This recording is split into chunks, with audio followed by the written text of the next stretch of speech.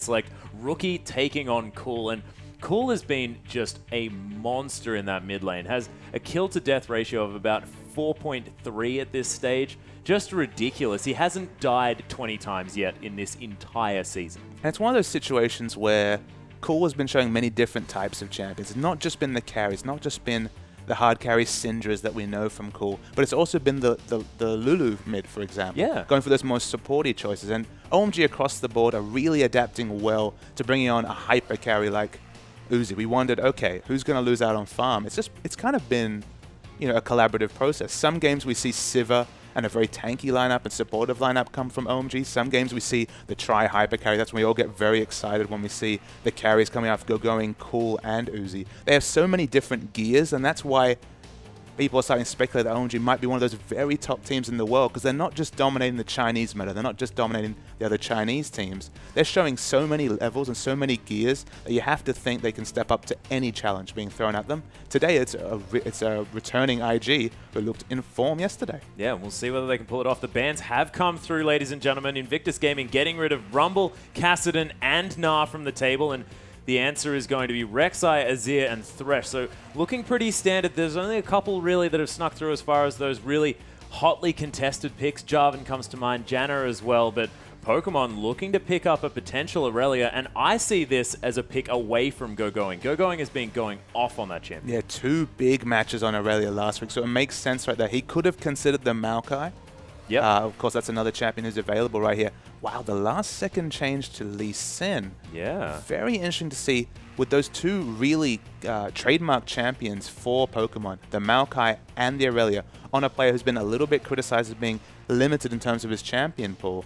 They're not going to go for it. They're going to say, all right, if you pick that Aurelia, Maokai's still available. It's a competitive matchup there, but it's a big call to go for Lee Sin right here, because Kakao hasn't seen that much success on this champion, at least in the LPL so far. Yeah, and Kakao has seen the majority of his success on the Jarvan. Of course, in the couple of victories just recently, has picked up a few wins on him. So, not entirely sure, but we shall see. And locking away the Lee Sin for him. But the answer is going to be Janna and, of course, Aurelia. So they let that slip through by switching back over. And we'll see what the answer is going to be. Still a few hotly contested picks on the board. And Invictus Gaming, see how they want to play out the early stages of this game. Because they have been, in their losses, in those 0-6 losses, just decimated throughout the game. Yeah, one other champion that Kakao brought to his champion pool was the Nunu yesterday. Of course, the Nunu, we saw Clearlove do it with such great success today and previously. Nunu's been a really big pick in the LPL so far this season. I wouldn't be surprised to see the Nunu come out on the OMG side here, because of course Loveling has a lot of history on that champion and can play anything in the jungle, let's be real. The other big Loveling pick has been the Rengar, so you do see them hovering there. They're just changing through a few champions. Worth knowing the Maokai was picked up here. Definitely the most powerful pick we've seen come out of Pokemon. He's been very adept on that champion, even going for that Rod of Ages and more selfish build, because he's been able to get ahead in lane. And the Morgana support also coming out, although it could be a top lane. We have seen a top lane Morgana already today. Yeah, that was in the hands of Flandre though, and that guy's played all sorts of things there in the top lane. The lockaways are going to be Lulu and Rengar here, actually saving the 80 carry pickup here. And what kind of team would you do that with? You do it on a team with Uzi, who really wants to decimate that lane. So waiting until he can choose exactly what to take his champion against. And Kid thinking about a potential Corki here for that mid-game power spike and teaming up with potentially Kitties on this Morgana, if that's how it's going to work out. We'll see what their answer is, but I'm terrified by Cool on this Lulu if Go-Going is going to be the receiver of that wild growth. So I look down this OMG team cut, and there's only one 80 carry that really screams out to me, and it's that Sivir. I would really expect a Sivir because of the synergy with the rest of the team here. But it would have been one of those cases where, okay, they didn't want to blind pick Sivir just in case we saw one of those really strong counter picks coming. Of course, we've seen Jinx used to great effect. We've seen, to some degree, Caitlyn used to great effect. There are great options against Sivir, and they left themselves the option of leaving it to last pick.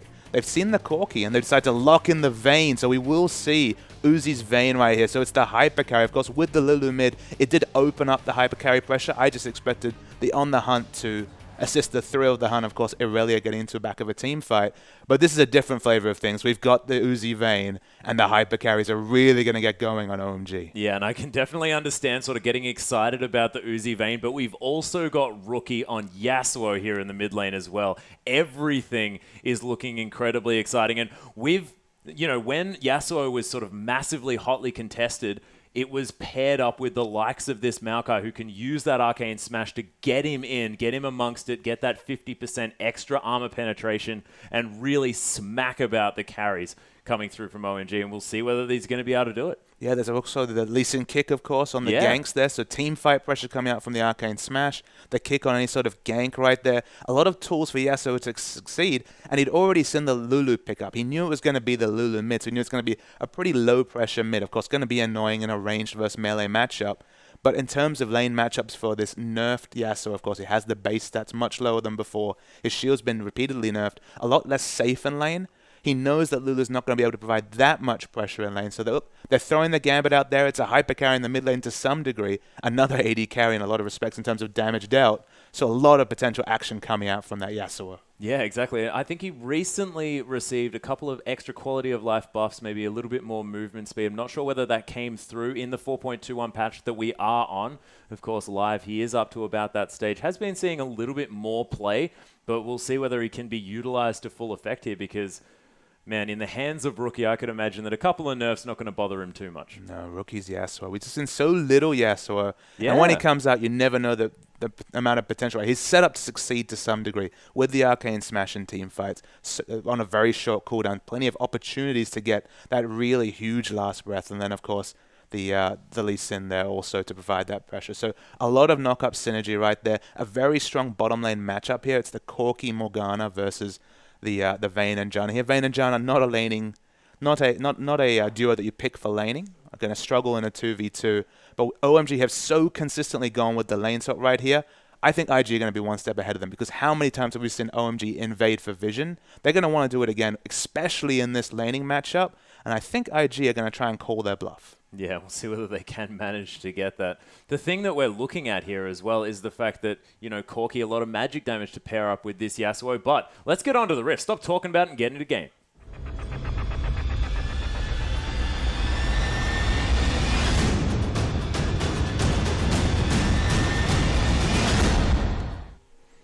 And here we are, ladies and gentlemen, with Invictus Gaming taking on OMG. This time, Invictus Gaming on our blue side and OMG on the red over here. Everyone fanned out, defensive posturing, and a few wards in this river as well. But nothing exciting to go on just yet, and we'll see whether they mix things up as this timer counts down towards when these minions are going to clash, because that lane swap must be looked at.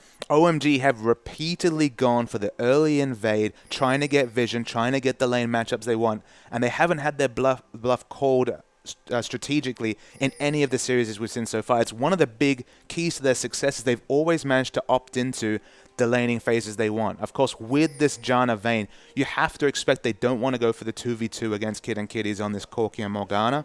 So I do expect the lane swap to come out, maybe a late invade. But look, it could all be turned in its head. Maybe we will see the bluff called and a very defensive start, but that just hasn't been the calling card of OMG so far. Yeah, well, we've seen Invictus Gaming. They're actually predicting this lane swap to come in, but OMG, they've just decided to head down to that bottom side. And it looks like Invictus Gaming actually going to be the ones to instigate this lane swap. Yeah, very interesting right here. It's been OMG on the front foot consistently, but it's going to be a different flavor of lane swap right here. And also, importantly, Maokai was very long in that top lane there, so might be able to pick up an extra pop before he ports down to bottom lane. We'll have to wait and see if we see the bottom lane, see if the freeze is on. Yes, it does look like it is, so Maokai won't lose much. But no jungle follow coming out from IG in the early game. No, and Pokemon going to try and farm with these saplings early on. We'll see whether it's going to be enough. As Low actually around here bullying away Cacao from his red buff. Yeah, we see a lot of harassing going, a lot of trading in the mid lane too here. Rookie does hit level 2 first. And Pokemon just going to say, yep, get out of our jungle, Low. You just go back to your lane. Calm down. So level 2 hit first here, definitely, but Rookie just smashing these creeps. I mean, he's not looking at Cool. Cool's doing a lot of poke damage, but Rookie just wants to shove this one out. Has picked up the exhaust here as well. And a lot of Yasuos do like to do this. They have that ability to be sticky, to get back onto the targets that he wants to with that E. Just wants to make sure that he's going to win these trades, and it's going to be so useful against the likes of Uzi in these later game team fights. And usually when we see Yasuo pick up this exhaust, it's when they're in a very tough lane matchup. For example, Yasuo against Zed, where you want to counter the death mark with that exhaust right here. Against a more supportive mid lane, okay, he's going to eat a lot of harass, but I imagine it's more for the 2v2. When inevitably we see Loveling come in with the thrill of the hunt right here, the exhaust could be so helpful to stop him being completely burst down in damage, as Rookie actually took a turret hit in his weaving right there, so taking a lot of unnecessary damage in this mid lane. Yeah, a little bit unfortunate. And when Korn has so much consistent damage, actually not used the Ignite just yet. I thought I saw that one come through, but it was just that tornado being built up by Rookie, and he's going to go back very early on, but he's shoved this wave incredibly hard. And the lane control in top lane is huge for IG. Kitty's actually been full-on zoning going, getting the autos in where he can. The wave is frozen very far away from the OMG turret right here. So going, even on that Aurelia, who's so good at CSing, is struggling. They have to bring low into this lane. Yeah, hasn't actually picked up one creep just yet, as Low does come in. Finally on the board right there, 4 minutes into the game. No jungle follow, and the first CS at 4 minutes. It is definitely not a good time to be in Aurelia. Being zoned away from experience as well, you have to think that's not going to be working out. Of course, Aurelia wants to be getting these levels. This Pokemon, Spidey senses tingling, understands there could be a kitty waiting in the bush. He's going to play back just a little bit. Actually thinking of heading back to base here. Given that they've actually initiated the lane swap here, IG, or maybe been falsely taken away by OMG, the interesting thing I have right here is, of course, IG will need to counter-swap down bottom to get themselves some dragon control in a few minutes' time. I'm just interested to see what item threshold they're looking for this Corki to rotate. For example, we often see BF Sword and then rotating bot. Is it enough just to pick up the Phage, then rotate in 2v2 versus this Vayne? Or is it going to be more of a selfish item choice coming in? Maybe the Sheen as well before they rotate. The timing on that will be super interesting to me in a few minutes' time. Yeah, difficult to save up about the 2,700 gold required for those two items, and the decision that he'll make here could be a dangerous one. But Loveling's made his way round the side. Pokemon playing back so smart. We were talking about sort of this evolution of Pokemon to come through, no pun intended, but he has definitely stepped up his play. Let's be real here. The pun was definitely intended there, Atlas. Yeah, we discussed it earlier. But 12-3 is a massive CS advantage for Maokai right here. Very good at CSing under turrets. This is what I was expecting to see. On the minimap, you can see Kakao is actually coming here. They want to harass going away, so he doesn't really get any of the CS at turret, because Aurelia is going to pick up almost all of it. But no, Kakao distracted by the Scuttle Crab. Very distracting. Going. He gets shielded up here so he doesn't take too much harass. That Blade Surge doing a lot of work. Nice Dark Binding going to land, and Going takes about half of his health there as he tries to use that Blade Surge to pick up some creeps. And Kid doing a lot of work up here to try and get that damage down. Rookie again taking a lot of damage in this mid lane, but it's not hindering his ability to farm these creeps. He's sort of using his health as a resource here in this lane. And given that we've said that these top laners have been the cornerstone of their team in recent games, you have to give the early advantage, and pathing play of IG really very much in their advantage here, because they've been so smart in denying Going, and Pokemon relatively is free farming here, tripling Going CS. Yeah, and Uzi falling behind Kid here as well as this lane situation does unfold. Uzi's made his way back up to the top side here as well. And IG now have an opportunity to just swap back down to that bottom side and have all of the dragon control like you were mentioning. Absolutely. Counter-swapping OMG to get Going a bit of farm opens up huge dragon control to come out for Corki and Morgana and this IG team. So they've definitely won the first 7 minutes of this game strategically. Not something you can say so often against OMG. Especially not when Uzi's sitting on this Vayne as well. Normally in these situations you'd say, oh, okay, giving a Vayne a free lane is definitely going to work out, but you can see it's affecting these top laners a lot. I love to see the early Sheen pickup coming out from Kid. You can see because he has the longsword on top, he did have the gold to go for Phage, but he's just looking for damage to stick on to Going right here. He just wants to make Going's life a misery. And although Phage is so important in a 1v1 situation to orb walk, to trade, picking up the Sheen right here is just more burst damage coming on to Going. They're trying to hold down Going at every turn. He's already had to lane swap again. Yeah, and not to mention the fact that, with this Sheen as well, they're going to have a lot more damage on that dragon if they do decide to go for it. Having that extra damage very, very useful, and you don't need a little bit of extra movement speed from a Phage if you're just going to be in a lane swap, because that does help with, you know, trading in a 2v2 situation, which I guess they have now found themselves in. Yeah, the teleport advantage is significant with Pokemon, so I expect Cacao to start impacting the bottom side of the map, because they will have an advantage in any 3v2 or 4v3 situation, and they should have implied dragon control here with that teleport advantage. That already got the Catalyst up, does the Maokai here. Still, we don't know if it's going to be that Selfish Rod of Ages and start stacking up for the late game, or the Righteous Glory for the earlier power spike. Given the Corki comp here, you'd assume it's going to be the Righteous Glory pickup here, just to get the initiations on, to really start facilitating Rookie with all that extra movement speed coming from the Maokai, but we don't know for sure. See how they do make that one work out as these regular lanes do unfold. And Uzi, even on CS now with Kid, was behind just a little bit. Has his Bilgewater Cutlass built up, of course, going for that Blade of the Ruined King first. Very standard Vayne play. And we have actually seen Uzi, I mean, really utilizing this Vayne Janna lane very, very effectively, even in the early stages. Of course, that shield giving you so much extra AD and allows you to trade so much more effectively. Has a bit of a level advantage here as well, just because Low was not around. And also worth knowing that by the time they got to the 2v2, he already had a Bilgewater Cutlass, so has a lot more sustain, a lot more safe an option. He has the disengage and engage option of that Bilgewater proc here. So the timings are very good for Vayne to start getting into this 2v2. And you can see doing a lot better in this 1v1 up top right here. But Lovelink's not far away. Yeah, Lovelink hanging around. Pokemon actually missed his Siege minion just by aggressing onto going there just a little bit. It's not something that you want. Of course, those cannon creeps, very, very important. So I have to stop you there for a second, Alice. Look at this first pickup from Lee Sin. We've seen so many Sightstone boot starts right here. A completed Warrior Enchantment on the jungle item right here. It's so interesting to see him go for purely offensive stats after not doing any sort of trading, any sort of skirmishing, any sort of ganking from the Lee Sin. It's been a very, very passive start, a ganking start. A farming start from Lee Sin. Not something we'd expect, especially compared to Rengar right here, who's actually had more presence in the lanes. But if there is a 2v2 skirmish and they're not able to check that item quick enough, a lot of damage coming out of Cacao. Yeah, it's good going. He's going to back away, sort of worried about where this Lee Sin might be, but Rookie, he's made his way up here as well, going to be spotted by the pink ward as he heads through that Tri-Brush. But the dive is on here yet again. Going always the beneficiary of those particular dives, but Pokemon flashes out to safety, and beautiful first blood here coming through for IG. We see OMG, they're already onto the Dragon right here. There are 2 members to contest it, but Lulu's the closest member there. It would be a 4v2 situation. So smart to back away right here. You take the Dragon over the kill for sure, but it was a smart dive coming out from Invictus Gaming. Yeah, it was a well-played dive, but a perfect response coming through from OMG. Is cool.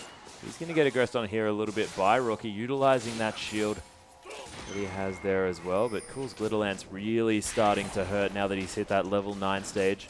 Going to have all of the points in that one. This time, of course, the change in flavor as far as the Vayne matchup is concerned, or the Vayne leveling system, is you're going to be leveling that Silver Bolts first up. Make sure that third attack going to be doing plenty of damage. Of course, Tumble was optimal earlier on, but not so much anymore. I'll come back to the Lee Sin for just a second, just because I'm wondering.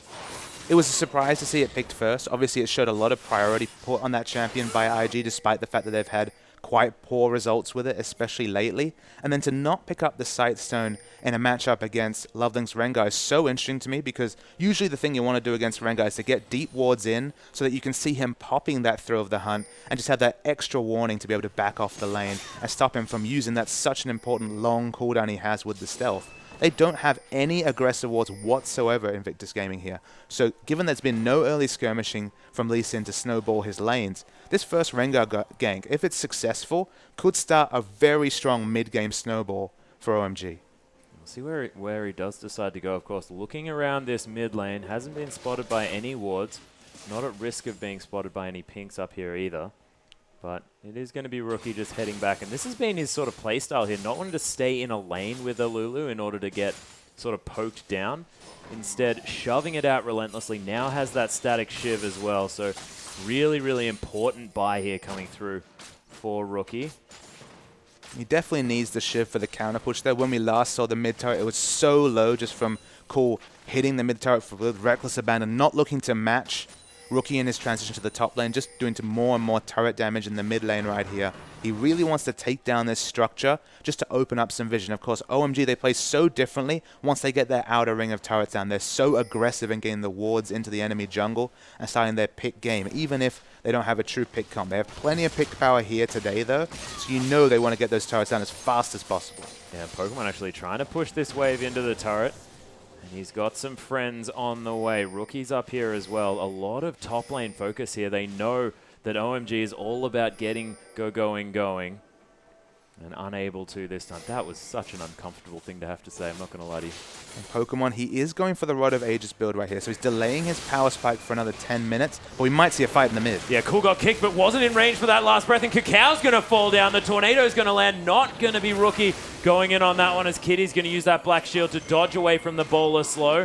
Rookie somehow weaving around that one. Starts the last breath here. There's the Wild Growth to come through, but Loveling's taking so much damage. The Exhaust to come down as well. The Flash in response here as Rookie picks up the kill under Loveling in response. Another Tornado to come round. The E coming through. Kitties is going to fall as Going picks up a teleport kill. Yeah, 2 kills in the bottom lane at the same time. Also, he has Uzi's managed to take out Kid during all of that fracas. Very nice play right here, but Rookie's still fighting against Going. Yeah, he's landing so many of these Tornadoes as well, as that Static Shiv is proccing for so much damage. The slow from the Glitter Lance, so turned around here by Going, picks up the kill. Pokemon's here as well, and that ultimate not going to find Going. Cacao's found his way back around. Logan will knock out with that Sonic Wave, and Pokemon, you're definitely dead. Going right back in this game. And Going needs so much respect for being so smart to quickly trigger that teleport after forcing Maokai to teleport top. They had the numbers advantage there, and Maokai had to actually walk down.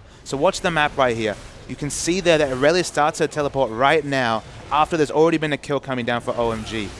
Loveling keeps committing right here, and Rookie, he could have backed away. This could have just been a 1-for-0, but Rookie smells blood and he wants to go in for the fight. He knows he has the huge level advantage, even with Lulu around. He knows he'll eventually pick up the kill right here, but this is Going already with a Phage and Sheen. So strong at this point. And Maokai's nowhere to be found. You can see on the minimap, he's still slowly walking down to the mid lane right there. So Going making a huge advantage, a huge rotational play, knowing that Maokai's teleport was down, won them a very significant skirmish. And down the bottom lane, Uzi got the kill as well. Oh, Cacao actually kicking Loveling back into that last breath. Beautifully played.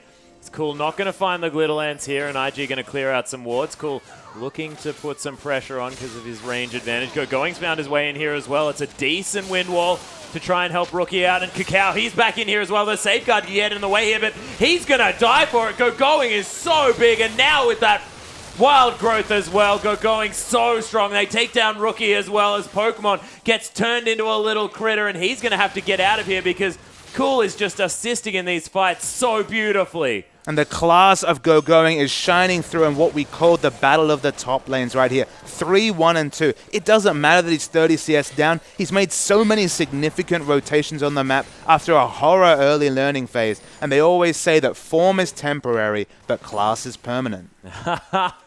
Yes, it definitely is. And in the case of Going as well, after getting dived, getting camped, and now back in this game, most definitely with a vengeance. 3, 1, and 2 on this Aurelia as Cool's trying to clear out this mid wave. Yet again, another wave to crash into this turret. Rod of Ages has been completed by Pokemon here, a little bit later than others that we've seen just recently, but Going now with a red buff has a lot of power up here, and Cacao, he really wants to keep him down. Well, Cacao has to make this very early Warrior Enchantment pay. It looks like they're going to go for a fight in the top lane. Going could be in a lot of trouble. Going could be in trouble, but that is going to mean another dragon to come through. There's a Sonic Wave, Resonating Strike. Going's going to fall, but the dragon has been taken here by OMG. It's a matter of a couple of seconds, and Loveling even sort of ignores it for a bit at the end there as IG, there's nothing that they can do. Second dragon going over to OMG, and they are in so much control despite Going being kept down. And the item build coming back from Cacao is really holding back IG's game plan right here. We have to remember, this is Kid on Corki. He has his Trinity Force. The mid game has definitely started for the Corki, but they're already 2 dragons in the hole with a mid-game focused team comp right here. Of course, Rookie will provide a little bit of hyper carry in the flavor in the late game right here, but Rengar, Aurelia, and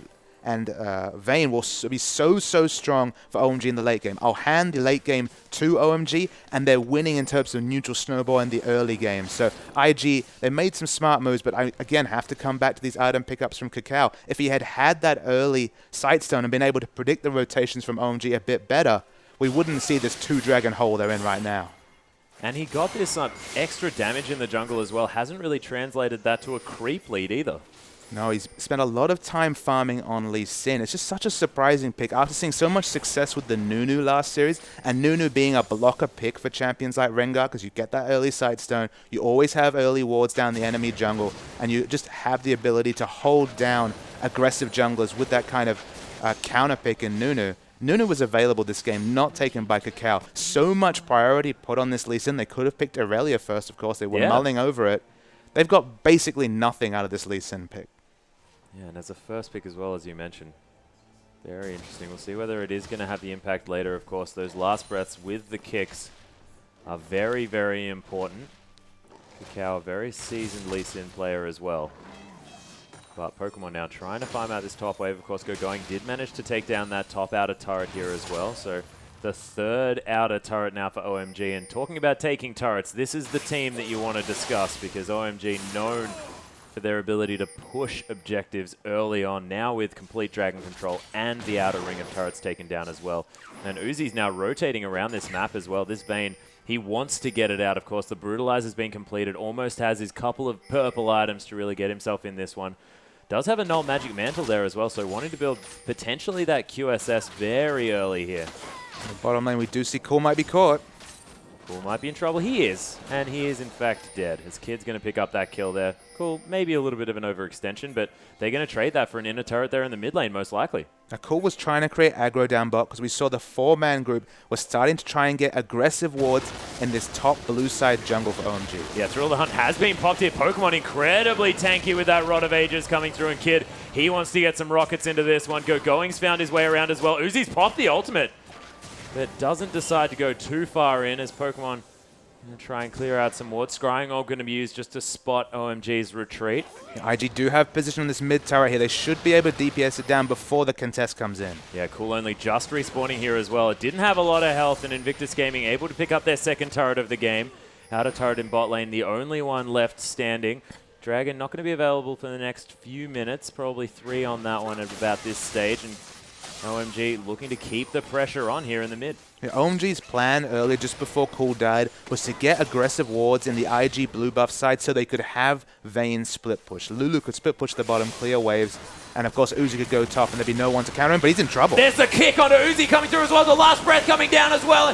Uzi trying to use that wild growth, but he's going to fall down. Pokemon picks up an instant double kill, answered by Rookie as well as Low falls down. Sonic Wave resonating strike. Kakao with the plays here is Cool. He's going to fall. Kitty splashes on top of him, pops the heal, and this is going to be a clean ace for IG. And with Baron just up, are they going to go for it? A 5-0 ace. It looks like they'll start the Baron. They'll need to be very smart with the trade tanking, but they do have the Yasuo wind wall to reduce some of the damage right there. And opting into a fight against this Corki, already Trinity Force and the startings of his Blade the Ruin King. So much in terms of mid-game power right there. And the AoE burst coming out of IG between the last breath, that wonderful flash kick from Kakao. Maybe that validates the Lee Sin pick. He didn't get the early game pressure, but that is a massive turnaround at 20 minutes. We're going to see the replay right here. Actually, we're going to see me.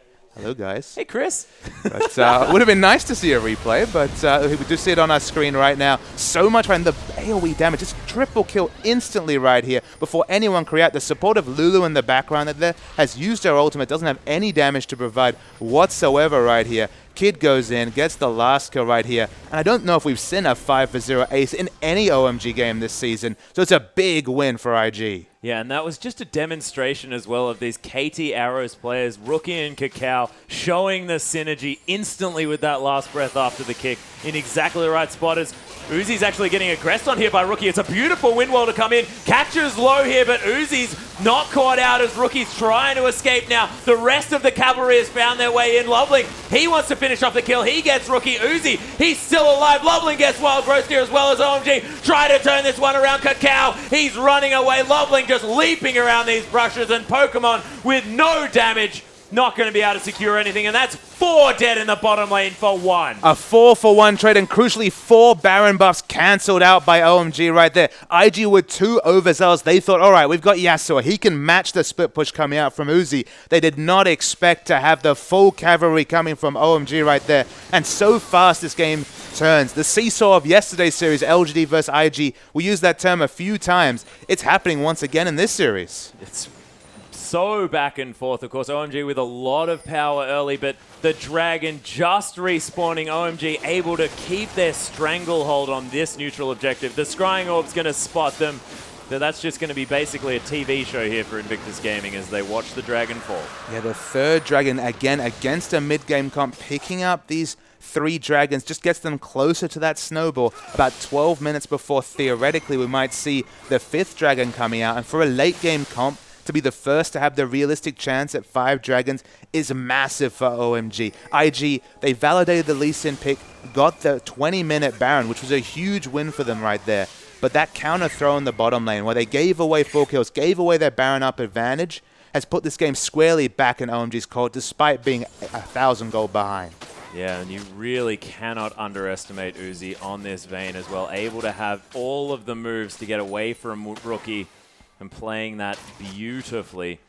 Going for what looks like a Last Whisper as his next item here with that pickaxe in his inventory. Not wanting to finish off that Ghost Blade just yet as he's going to protect this inner turret as Kid, of course, the only member of Invictus Gaming with a Baron buff still rotating around it. And Uzi is the second AD carrier after Def to go for this snowball QSS option right here. Of course, QSS, it had its price reduced. It's down to 1250 gold right here. So very affordable after a teamfight win. And it gives you so much security against the Dark Binding linear engage we're seeing right here. We could see the Maokai Flash Twisted Advance, but of course that's on a 5-minute cooldown. The only other real lockdown CC on the side of IG is the Dark Binding, and he now has the QSS available. So this Vayne should be super maneuverable in teamfights. Oh yeah, not to mention cool having that wild growth as well. This Raise the Puppy comp is possible here for Uzi. A little bit of a throwback to when he was on Starhorn Royal Club. The focus of the carry. If you put all your eyes on Uzi, GoGoing's already shown his smart rotational play in the early game. He's had a very good item timing in terms of Irelia right here. This Irelia is going to be doing very relevant damage in a fight. Oh yeah, Spectre's Cowl and Glacial Shroud completed, as well as the Ninja Tabi, and completed Trinity Force. And after that Trinity Force, you have to say, all of the tankiness coming on top of GoGoing. He already has the damage necessary in these fights, and he's only going to get more and more difficult to kill. But if you look over the other side, Pokemon definitely doing well. Still has a 20 CS advantage, 3 kills to his name as well as GoGoing, and has that Frozen Heart done as well, and that's going to really help. So this scenario in a team fight, we've got 2 tanky initiators in the top lane right here. You have to assume it's going to be Trinity Force, Banshee Veil, and Frozen Heart coming through from GoGoing once he gets the gold for those items. Already a very similar flavor, the Road of Ages into Frozen Heart, then some sort of magic resist item coming onto Pokemon. Both of them are going to be going for the enemy AD carry, but there's a significant advantage for GoGoing because he's against a Corki. Corki has a lot of AoEs in his spells, but if you're able to get on top of this Corki, start damaging him, and then just eat all the rockets coming through so no AoE goes onto the back line right there, Corki very much like Sivir struggles to get through a strong frontliner. Whereas Pokemon going on to Vayne, once Vayne QSS is your first CS, obviously that Twisted Advance, he's going to be so able to he's going to be able to get away, be maneuverable. He's a tank buster. That's, of course, Vayne is a tank buster compared to that Sivir.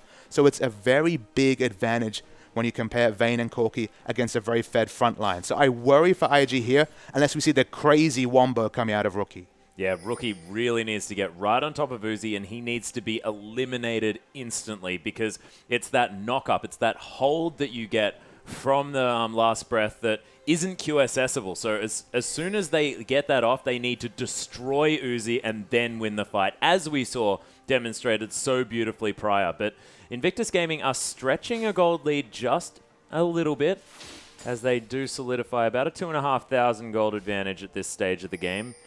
And with Rookie, on this Yasuo, Maokai's only going to get more and more difficult to kill. We talk about the late game being in OMG's hands, but IG, they will be able to fight in the late stages. And a lot does rely on Uzi, and he's gone for a different flavor of Vayne build right here. a build maybe more reminiscent of other champs, has gone for a very early Last Whisper right here. He understands that he's going to need to get through this front. He's going to need to get through Pokemon and Cacao, and because he has the Lulu ult and because he has Flash available, he has the QSS, he's going to be free hitting during these fights. It's going to be very hard to get the Last Breath ultimate for the further CC on him, just because he's going to CC the first ability and not give the option to be Last Breath right there. So he's going to be he's going to realize he's going to need to go for a very tanky, armor-centric front line right here. So he doesn't have the damage modifiers. He doesn't have the Yomus for split push. He doesn't have any critical strike whatsoever right here. It's going to take him a lot of autos, but he will be able to blow through this front line over time. Yeah, and it's only going to get more and more difficult to deal with as this game goes on as well. And it looks like we're settling in for a bit of a late game stretch. Pokemon going to be answering the split push of Going here, as teleports are available for our top laners. And if any action is to happen, as the Thrill of the Hunt is popped here by Loveling, not going to quite find anyone as Kitties gets a little bit alarmed. He's going to be okay. Been some very long series this week, Atlas. It's been multiple 45+ minute games right here. The big timer on this game, of course, is the 5 dragons. Already 3 in OMG's pockets. They've got 3-0 on the dragon right here. The next dragon comes at 30 seconds, and Baron has already respawned, of course. It was taken just after that 20-minute mark right here. I'd be surprised to see a swap of objectives, but you have to know that if OMG can secure that 5th dragon after picking up this 4th one, getting the timer on it, being in first position and rotation for the 5th one, they will be very able to close out this game. Most definitely, but of course, at this stage, you don't want to trade a Baron for a 4th dragon. No. In terms of wards on the map right here, we don't see a lot of offensive wards coming out from OMG. That's almost always their calling card. Once they have those 3 outer turrets down like they do, they try and get those aggressive wards in. But credit to IG right here. They have a very solid pink ward line here. 2 in their top side jungle, 2 in the bottom side jungle. They are not letting OMG strangle them out of vision in this game. And compared to a lot of other series, it's so competitive compared to OMG blowing away other competition. Oh, look at these Blade of the Ruin Kings just destroying that dragon. Howling Gale not going to find IG as well. They pick up their first very important 6% statistics for taking that dragon, and no answering Baron, nothing to come from OMG, and I think it was all to do with Uzi coming back from base as that dragon was taken. That was definitely part of it, but I'm going to come back to vision again just because it's so much the standard story of having so much enemy vision that you can pick up free objectives. Always OMG taking your red, taking your blue, the moment they take out that outer ring of turrets. But IG have been very smart in their warding this game, and the vision denial right here. And it's a 50-50 or worse for OMG at all of these objectives. That's never the case against this team. So IG, they've watched their tape, they've really put their comp together well. And after an interesting start to the game, it's all tied up. So close. Rookie now only, 4 CS behind Cool, who's been split pushing a lot. Thrill of the Hunt has been popped though. Loveling, he might be in a little bit of trouble here as the Wind Wall's going to block a lot of these abilities. A little bit of a trade of tornadoes there. Adorably coming through. Invictus Gaming going to take away this red buff as well. Pokemon has successfully pushed out this bottom wave. That is slowly going to push towards OMG. And Uzi going to take the Scuttle Crab for himself. And while they do get the slow push onto bottom right here, because they didn't have 5 members strong, because going grouped with his team first, they've been able to go and clear out some of the pink wards right here, get the aggressive wards down. And it was actually going in one of his videos during the week, watching the NALCS, talking about how if you're in a split push situation, sometimes the smart move is to group early with your team and go and take down wards and prime an objective rather than going for that split push, just because if you have the vision advantage, it makes team fighting so much easier. But the beautiful thing here is that Invictus Gaming have slow pushed both of those side waves, and now as soon as Pokemon's come back, they're pushing in. They're going to have to be dealt with. You can see the IG pings going into that bottom lane. OMG has to deal with that gigantic minion wave, and in the meantime have set up complete vision control around this Baron area. Now, after the crazy team fights of the first 10, 20 minutes of this game, it's been a war of attrition. It's been all about the vision in the last 5 to 6 minutes right here. We haven't seen that first big pick, and if anyone gets picked out at this stage, you have to think it's likely to be OMG, because they're going to need to go in and get this Baron vision soon. You're going to expect this game to start snowballing very quickly. Yeah, that inner turret actually tanked up that entire wave of minions. No one from OMG deciding to go down there and pick that one up. They want to let it just push back naturally on its own, but that's a lot of resources lost here. Uzi's going to take away the Krugs there on the top side of the map. Of course, Wave pushing out now again for OMG's Kakao. He's looking for the kick onto low. They get the pick that they want. That is Last Breath, though, popped, and it's not going to be Uzi. The triple knock-up to come through here as well, as Pokemon trying to find his way in. This is a gigantic rookie, of course, with a lot of extra armor penetration. Another pick onto Loveling as well, and Invictus Gaming turning it on, and it's all about Kakao and these fantastic kicks with rookie. And Invictus Gaming were very smart and understanding. They wanted to pick on anyone. They just wanted to kill anyone. It didn't matter that it was the support, because it forces OMG to make bad decisions. But they've started the Baron right here. It's low, and it looks like they want to finish it off. Yeah, Pokemon into that front line as well. Cool actually having to blow that flash. The Uzi does get exhausted here as well, as Pokemon's going to pick up that kill. Beautifully played. Invictus Gaming. This is a completely different team. Sidewave manipulation, pick potential, fantastic play coming out of these guys. Their objective play in Week 4 compared to their previous 6 games is night and day completely right here. They're actually responding to the enemy comp and countering it and making smart decisions. Their vision control, especially this game, has been amazing by their standards, by world standards even, and they're reaping the rewards right here. They really are. It's a Thornmail on this Maokai as well. Highest kills on his team, 5, 2, and 4. What a monster. He is the immovable tank that we know him to be. And cool, he's going to get caught and eliminated immediately. The inhibitor turret to fall down as well. Loveling copping rockets in the face as the inhibitor falls to these barrened up minions. And Invictus Gaming with such a beautiful passage of play. Now 8,000 gold in the lead. Yeah, 8,000 gold in the lead. Atlas, we thought it was a huge surprise to see them take a 2-0 win over LGD yesterday. The coming of the potential win over OMG here, one of the top teams in the world at this stage, will be a massive result for Invictus Gaming. And this is a team that's only suffered one tie against the likes of Snake, arguably one of the other top teams next to EDG. And man, OMG really struggling at this stage, but game isn't over yet. It's Invictus Gaming with that Baron, with an inhibitor down, but OMG have a late game comp. They are able to answer back, and we've seen this game go all on its head multiple times already. Yeah, they've managed to clear out a lot of the pink wards in the bot side jungle here, so Invictus Gaming need to stay away from their red side jungle. They must understand, with no vision right there could be a death bush at any turn. So they're smart here not to enter that bottom brush. Of course, they may be split pushed here and eat a inner turret loss right here, but IG smart here. They're going to where they know they have vision. They're going to where they know the enemy isn't, and trying to push their advantage. Yeah, Kitty's actually caught out cool here. This is the support versus the mid lane. They're going to get caught by that Soul Shackles. Kakao's around here as well. Wild Growth probably not going to be enough. The Zhonya's, it's available, but the rest of Cool's team not there, and Pokemon picks up himself another kill. Another smart rotation from Invictus Gaming. It's going to be another outer turret. They're chunking it down like it's nothing. That's a butter turret right there. Going to be eaten by Invictus Gaming. Rookie and Kid doing so much damage. These Sheen procs. Of course, the Infinity Edge now on Rookie. He has so much damage. 100% critical strike chance, as the Tornado just going to whoosh past OMG. The second inhibitor easily taken down by IG, and they are in so much control. This is a new Invictus Gaming, Atlas. We saw them the war of words with them in one of their previous series. They clearly weren't all on the same page right here, but they're playing as a team. It's not the Kakao show. It's not even the Kakao and Rookie show. It's been Pokemon and the rest of the team doing so well, and they are playing so smart as a team against one of the best in the world. Yeah, and it's actually the Stark's Fervor being picked up here by Kitties, or is it a Zeke's Herald? Zeke's Herald indeed. Oh so my goodness. A lot of cooldown reduction available right there. When you have this Rookie right here on this Yasuo, of course it helps Corki, but it's going to be the stats that Yasuo so craves in the mid lane. Yeah, Kakao going to utilize it a little bit as well as his Kid, as you mentioned, so a decent pickup, but a little bit of a flavorful one, you have to say. Not one that we normally see. The Infinity Edge almost finished up here from Kid. He's going to go back and grab that item. Has kept up in CS here against Uzi, and Uzi not having the greatest performance here on this vein.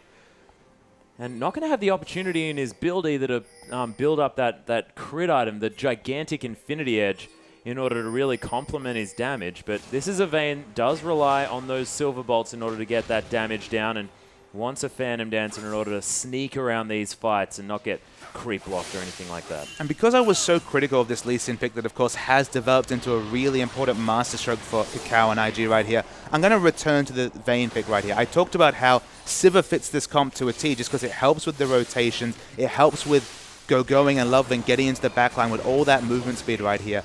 if you're going to pick Vayne, you're going to expect split pushing flavor. But because of the smart warding from IG right here, Uzi's been basically neutered. Uzi's had no big players this game, has never been able to split push away from his team. And this consistent grouping by IG is neutering that Vayne picks perfectly. Yeah, and look at this wind wall in perfect position. Thrill of the hunt for the last-ditch effort here from OMG, but Pokemon is huge in that front line. The phosphorus bombs on top of Loveling as well. Cool. So incredibly low. Cacao, he's just happy to tank up this turret as it melts to the power of Invictus Gaming. This last inhibitor going to fall down. There are super creeps streaming into the base of OMG, and this may spell the end. Of course, everyone's still alive on the side of OMG. They have the opportunity to make something happen.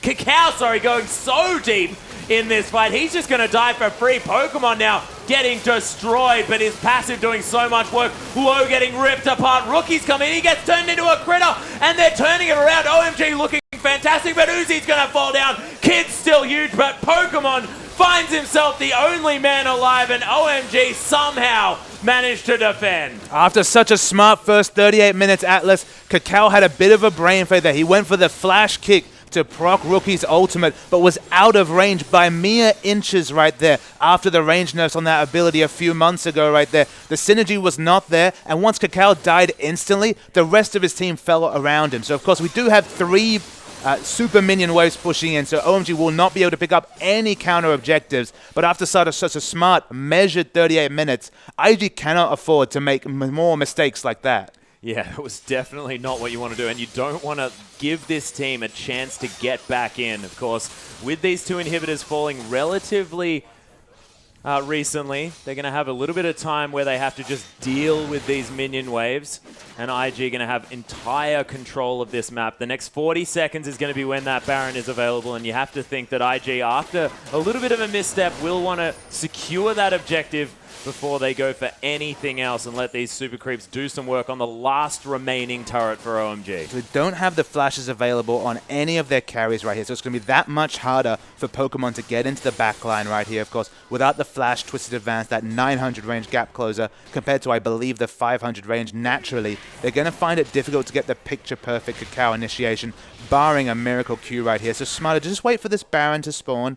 OMG might try and contest it, but they haven't had the chance to push up their vision anywhere near the Baron just yet. Yep, Tormented Soil is down. Loveling's actually going to find Cacao here as the rest of OMG are going to come around. Safeguards over the wall, and they've started up the Baron, but IG, they want to start something going right in that front line, but he's getting destroyed. Beautiful Wild Growth going to be going on to going, but he has to get the heck out of here as Pokemon. He's telling him how to tank as this Maokai goes in, but there is so much damage on both sides of this rift. Cacao finds Uzi, but there's no last breath to come through. Rookie doesn't quite have the damage, the ability to get in here, but he's trying to come through. Pokemon is finally going to fall, but picks up going here as well. Kid's alive. Uzi is as well as Rookie tries to find his way in, but Uzi with a sweet outplay. And Kiddies is trying to get in, trying to get the Dark Binding. Kid just melts Uzi, and that was a little bit anticlimactic, I might have to say. Atlas, there were so many phases of that team fight. That is the sort of team fight you'd want to watch again and again. The one thing I'll call out before we see the replay is watch the wind walls coming through from Rookie White there. Twice that fight, he won the fight for IG. Firstly, countering the engage, just completely splitting all the damage from the enemy team. And the second time around, doing the same thing right there. The wind wall, a second wind wall in a fight, that tells you how long a fight is, because that ability is on a long cooldown.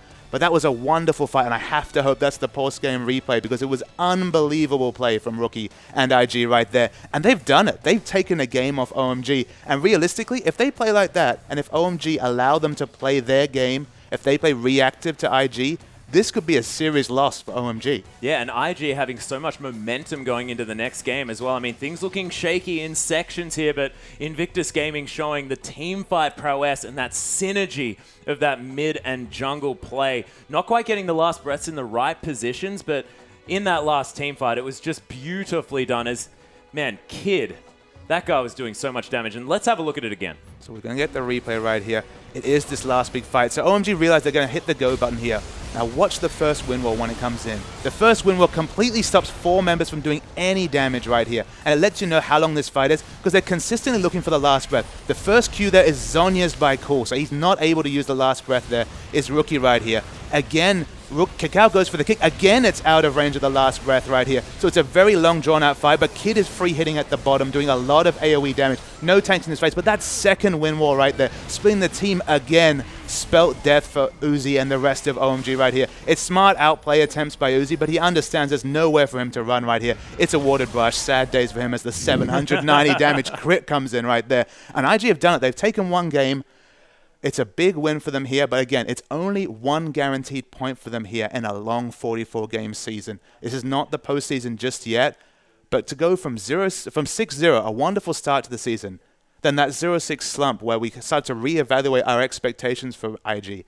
They've taken 2 straight games off LGD. Now they've beat OMG, one of the consensus top teams in the world. Exciting to see Invictus Gaming showing new strengths to their play. Yeah, and we'll see whether Invictus Gaming can give OMG their first series loss as we go to a quick break, but we'll be back with OMG taking on Invictus Gaming right